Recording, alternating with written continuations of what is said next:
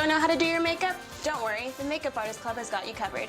I'm Domina Ibarra, and I have that story coming up. Members of the community can attend Facebook First Fridays at the San Jose Museum of Art for free. I'm Amanda Whitaker, and I'll have that story coming up next. The Spartans were back at Sheffield Stadium for their first spring ball practice of the year. Stay tuned for immediate players' reactions and Coach Brennan's reaction after the practice. From the School of Journalism and Mass Communications at San Jose State University, your source for what's happening with a fresh perspective on today's issues. You're watching Update News. Welcome to Update News. I'm Amanda Whitaker. And I'm Winona Rajamohan. The San Jose State Student Homeless Alliance is demanding that the university provide homeless students with emergency grants, safe parking spots, and beds in the dorms. The group presented a petition to President Mary Papazian Tuesday. The Alliance held a rally Monday with a call to action for the university and the president. More than 100 people attended and heard students talking about their experiences with homelessness. The group also displayed the president's phone number on posters as they encouraged students to call and make their demands heard. So we're encouraging everyone to support us and call, and also just be in solidarity with our students who are currently unhoused. The Alliance's immediate demands were rejected Tuesday after their meeting with the president.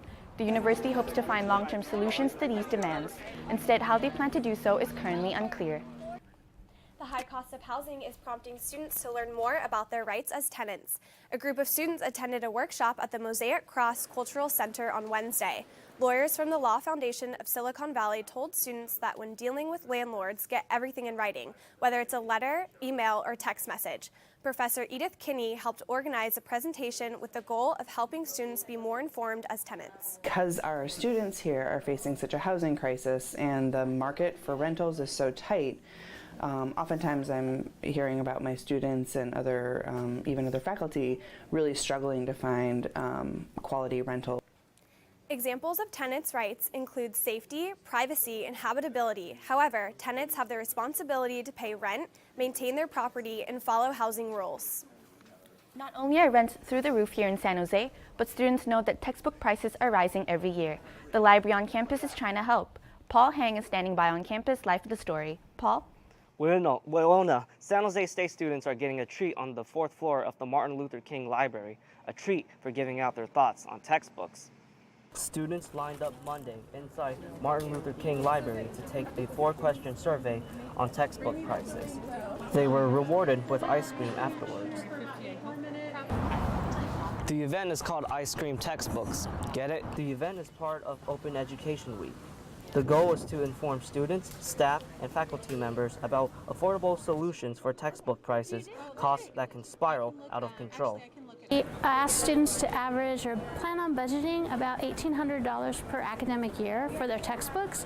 That can go as high as $2,000 depending on their discipline. Senior mechanical engineer Gabriel Kim says the most expensive textbook he ever bought was for Calculus 3.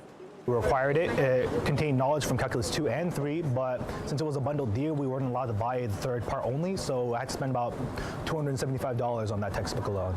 Librarians were thrilled with the turnout for the 2-hour event as students booked themselves to the survey. We already have close to 150. I think we have already crossed the 150 number of surveys today, just the first day. So we have 2 more days of the program to go, so we are very excited. According to the U.S. Public Research Interest, textbook costs are rising at more than 4 times the rate of inflation. On top of that, Student Loan Hero confirmed America is facing $1.56 trillion in total student loan debt. One solution to the high price of textbooks for some students is not to buy or read the book at all. Live on campus, Paul Hang, Update News. The Associated Students House is poised in its new place on campus as it waits to be checked and approved by fire marshals. The 20th Century building is now located by the parking lot next to the Picardo Business Complex. The house is used as the office for the Associated Students. It stood adjacent to Duncan Hall since the year 2000. The house was wheeled off from its prior location this January. The old location was a bit remote compared to the new, which is close to the Student Union and Greek Row. Soon, workers will roll it onto a new foundation. It's going to move, I would say, 20 or 30 feet from where it is. And then the house gonna be set. Then they're gonna clean it up, paint it, get it all ready. We should be going in there in June, moving back in June. So we want to do a grand reopening in the fall. Taking its spot in front of Duncan Hall will be an 8-story, high-rise interdisciplinary science building. Construction work has already begun at the site to clear the ground for the first new academic building to be built on campus in 30 years.